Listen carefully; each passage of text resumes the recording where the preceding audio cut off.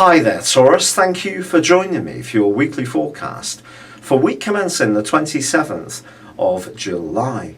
Now, on the 19th of July, your ruler Venus moved into the most glamorous part of your scope, the 5th solar house. Fantastic for romance. And up until Friday of this week, you may find yourself thinking over this important area of your situation, especially if you're with someone at the present time who doesn't tend to be particularly nurturing and supportive around your more sensitive side. On the other hand, if you're footloose and fancy free, even if you talk to someone who seems to be very pleasant, it's really that issue about how comfortable you feel with someone that's going to be a very big factor in your outlook in general between now and actually right through to the end of the first week of October. This is because Venus is travelling backwards and it's going to be a long retrograde, but from Saturday of this week it goes back into the sign of Leo. You may also find yourself thinking much more about where you live. Some big decorative changes can be in the works, or some Tauran people may move altogether by the time we get through to the autumn.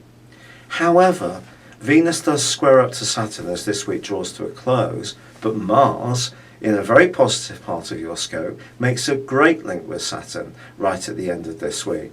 So your relationships can be very positive with Saturn in your sector of relating, or they could be a snag. And I think the snag really is going to be around a situation where you just don't feel you're in tune or feel your needs are supported intuitively by someone close to you. It may not even be in a romantic context. It could be a family relationship where there could be some strains. And yet when it comes to actually making the most of your resources, your inner resources, a fantastic link between Uranus and Mercury right at the end of this week could see you discover something when you have a brainwave, or you could actually physically discover something in your property where you live. It could be an old item that's linked to your family that has sentimental value and you just really enjoy looking through a photograph album, or it could be something that's more valuable that you find stashed away somewhere and you might decide to sell it and give yourself something of a return.